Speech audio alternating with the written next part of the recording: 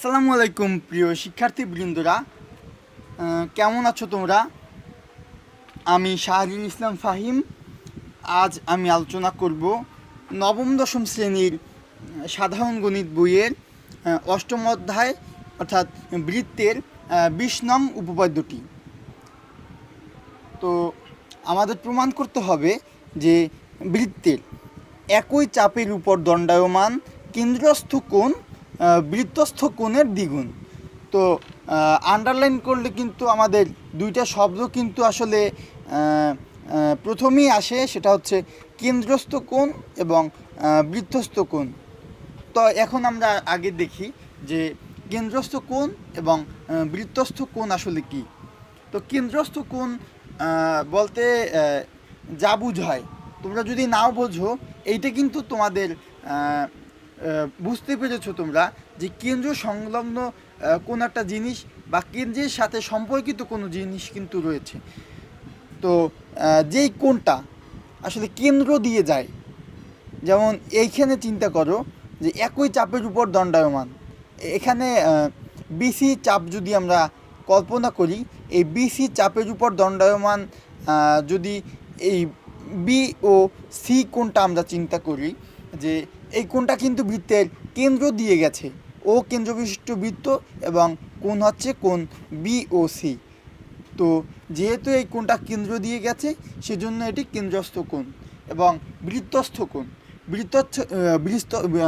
বৃত্তস্থ কোণ হচ্ছে বৃত্তের পরিধির উপর দিয়ে যায় এমন কোনো কোণ। যেমন এখানে বৃত্তস্থ কোণ হচ্ছে বিএসি। বিএসি হচ্ছে বৃত্তস্থ কোণ, কারণ এখানে কিন্তু এ বিন্দু, এটা কিন্তু বৃত্তের পরিধির উপরে অবস্থিত, এবং পরিধির উপর অবস্থিত যে কোনো কোণই হচ্ছে বৃত্তস্থ কোণ। তো এখানে বৃত্তস্থ কোণ হচ্ছে বিএসি। তো এখানে বলা হয়েছে যে কেন্দ্রস্থ কোণ বৃত্তস্থ কোণের দ্বিগুণ, অর্থাৎ বৃত্তস্থ কোণ বিএসি এর মান যা হবে, কেন্দ্রস্থ কোণ বিওসি এর মান কিন্তু তার দ্বিগুণ হবে। এই বিএসি কোণ যদি হয় 30 ডিগ্রি, তাহলে কিন্তু কোণ বিওসি হবে এর দ্বিগুণ, অর্থাৎ 60 ডিগ্রি। এটি আমাদের প্রমাণ করতে হবে।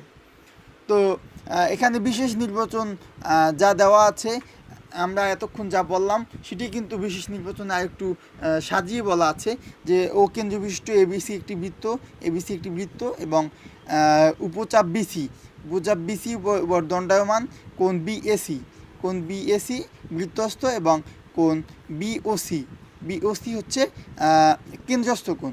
তো আমাদের প্রমাণ করতে হবে কোণ বিওসি ইকুয়াল টু 2 কোণ বিএসি, অর্থাৎ বিএসি কোণের দ্বিগুণ কিন্তু এই কোণ বিওসি, এই কেন্দ্রস্থ কোণ বৃত্তস্থ কোণের কিন্তু দ্বিগুণ। তো এই উপপাদ্যটা কিন্তু আগের যে উপপাদ্যগুলো আমরা যেভাবে প্রমাণ করেছি সর্বসম প্রমাণ করার মাধ্যমে, এটা কিন্তু একটু ব্যতিক্রম। এখানে আমাদের একটু অন্যরকম কাজ করতে হবে। অঙ্কনে যদি তোমরা একটু দেখো, যে মনে করি এসি রেখাংশ কেন্দ্রগামী নয়। এসি যে রেখাংশ তোমরা দেখো, এটা কি কেন্দ্র দিয়ে গেছে? না, এটা কিন্তু কেন্দ্র দিয়ে যায়নি। এটা কিন্তু এটা জ্যা, এটা কিন্তু বৃত্তের একটা জ্যা, এটা কিন্তু কেন্দ্র দিয়ে যায়নি। কিন্তু আমাদের এমন একটি রেখা বা রেখাংশের দরকার হবে যেটি আসলে কেন্দ্র দিয়ে গেছে। তো যেহেতু এই বৃত্তে কেন্দ্র দিয়ে গেছে এমন কোনো রেখাংশ নেই, আমরা সেটা এঁকে নেব। এ থেকে কেন্দ্রগামী রেখাংশ এডি আঁকি, ঠিক আছে? এ থেকে এডি রেখাংশ কিন্তু আমরা আঁকবো। কেন্দ্র ও দিয়ে গেছে এমন একটি রেখাংশ এডি আঁকলাম। তো এই উপপাদ্যের ক্ষেত্রে তোমাদের কিছু জিনিস জানতে হবে। সেটি হচ্ছে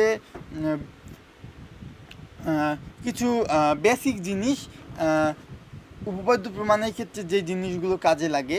তো আমরা প্রমাণের ক্ষেত্রে প্রত্যেকটা ধাপে ধাপে যে সমস্যাগুলো আসবে, আমরা কিন্তু সেগুলো ব্যাখ্যা করে যাব। তো প্রথম ধাপে দেখো, ত্রিভুজ এ ও বি এর বহিস্থ কোণ কোনটি? এ ও বি এর বহিস্থ কোণ হচ্ছে কোণ বি ও ডি, ঠিক আছে? তো এখানে তোমরা যদি জেনে থাকো তাহলে তো ভালো, না জানলে জেনে রাখো যে বৃত্তের কোনো ত্রিভুজের বহিস্থ কোণ এর বিপরীত অন্তস্থ কোণদ্বয়ের সমষ্টি সমান। অর্থাৎ কোনো ত্রিভুজের যদি বাইরে একটা কোণ অঙ্কন করা হয় তার মান কিন্তু ভিতরের অন্তস্থ দুটি কোণের সমষ্টির সমান হবে। তো সেক্ষেত্রে এই ত্রিভুজের ক্ষেত্রে যদি দেখো, ত্রিভুজ বি ও এ এর ক্ষেত্রে যদি দেখো, এখানে বহিস্থ কোণ হচ্ছে বি ও ডি, এটি হবে অন্তস্থ কোণ দুটির সমষ্টি সমান। অন্তস্থ কোণ এই বি ও এ কিন্তু অন্তস্থ কোণ না, বরং এই কোণ বাদে যে দুইটি কোণ আছে এদেরকে বলা হয় অন্তস্থ কোণ। তো এদের সমষ্টি যদি আমরা বলি, কোণ এ বি ও এবং এইখানে রয়েছে কোণ বি এ ও, তো কোণ এ বি ও যোগ কোণ বি এ ও এর যে মান হবে সেটা কিন্তু হবে কোণ বি ও ডি। তো এইখানে সেটাই বলা হয়েছে যে কোণ B O D equal to কোণ বি ও এ এবং কোণ এ বি ও। ঠিক আছে, তো এরপর ধাপ 2 কিন্তু বলা হয়েছে ত্রিভুজ এ ও বি এ। ত্রিভুজ এ ও বি, এই ত্রিভুজে বলা আছে O A equal to O B, O A equal to O B. এটাও কিন্তু বৃত্তের একই বৃত্তের কিন্তু ব্যাসার্ধ, ও এ এবং ও বি কিন্তু একই বৃত্তের ব্যাসার্ধ, এবং বৃত্তের ব্যাসার্ধগুলোর মান কিন্তু পরস্পর সমান হয়। তো এর থেকে আমরা কী প্রমাণ করতে পারি, তোমরা যদি ষষ্ঠ অধ্যায়ের যে প্রথম উপপাদ্যগুলো আছে ওখানে 16টা উপপাদ্য মেবি দেওয়া আছে, তো ওইখানে কিন্তু এইসব বিষয়ে ব্যাখ্যা করা আছে যে কোনো ত্রিভুজের দুটি বাহু যদি সমান হয় তাহলে এর কিন্তু বিপরীত কোণদ্বয়ের মান সমান হবে। তো এখানে দেখো বলা আছে সমদ্বিবাহু ত্রিভুজের, অর্থাৎ কোন ত্রিভুজের যদি দুটি বাহু সমান হয় তাহলে এর ভূমি সংলগ্ন কোণ দুটি সমান হবে। তো এই বৃত্তে দেখো যে ও এ ইকুয়াল টু যদি ও বি হয়, ও এ এর বিপরীত বাহু কোণ, ও এর বিপরীত কোণ হচ্ছে এ বি ও, এবং ও বি এর বিপরীত কোণ হচ্ছে কোণ বি এ ও। এরা কিন্তু পরস্পর সমান, অর্থাৎ কোণ বি এ ও এবং কোণ এ বি ও। এখন তোমরা দেখো যে দুইটা ধাপ যদি আমরা একটু পর্যালোচনা করি, যে কোণ বিওডি, কোণ বিওডির মান ছিল কোণ বি এ ও যোগ কোণ এ বি ও। তো যেহেতু এ বি ও এবং বি এ ও সমান, তো আমরা এ বি ওর জায়গায় কিন্তু কোণ বি এ ও লিখতে পারি। ঠিক আছে, তো কোণ B A O equal to কোণ বি এ ও যোগ কোণ বি এ ও, সুতরাং দুইটা বি এ ও। এখানে যেটা বলা আছে যে কোণ বিওডি ইকুয়াল টু 2 কোণ বি এ ও। আবার এই ত্রিভুজে যেহেতু আমরা প্রমাণ করতে সক্ষম হয়েছি, অপর ত্রিভুজ ত্রিভুজ ও এ সি এর ক্ষেত্রেও কিন্তু অনুরূপভাবে আমরা প্রমাণ করতে পারি যে কোণ সি ও ডি কিন্তু দুইটা কোণ সি এ ও এর সমান।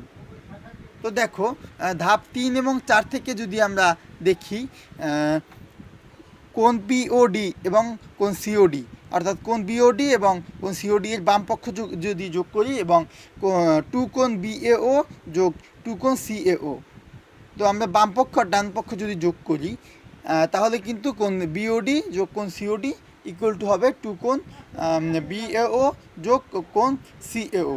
এখন দেখো কোণ বিওডি, কোণ বিওডি এবং কোণ সিওডি দেখো যদি এটা যোগ করি আমরা সম্পূর্ণ কোণটা কি হয়, কোণ বিওসি, এবং বিএও এবং সিএও যদি যোগ করি, বিএও হচ্ছে এতটুকু কোণ, এইটুক কোণ, আর সিএও হচ্ছে গিয়ে বাকি এইটুক কোণ। তো সম্পূর্ণভাবে কিন্তু কোণটা হয় কোণ বিএও। তো দেখো সেখানে এটাই বলা আছে যে অর্থাৎ কোণ বিওসি ইকুয়াল টু 2 কোণ বিএসি, 2 কোণ বিএসি।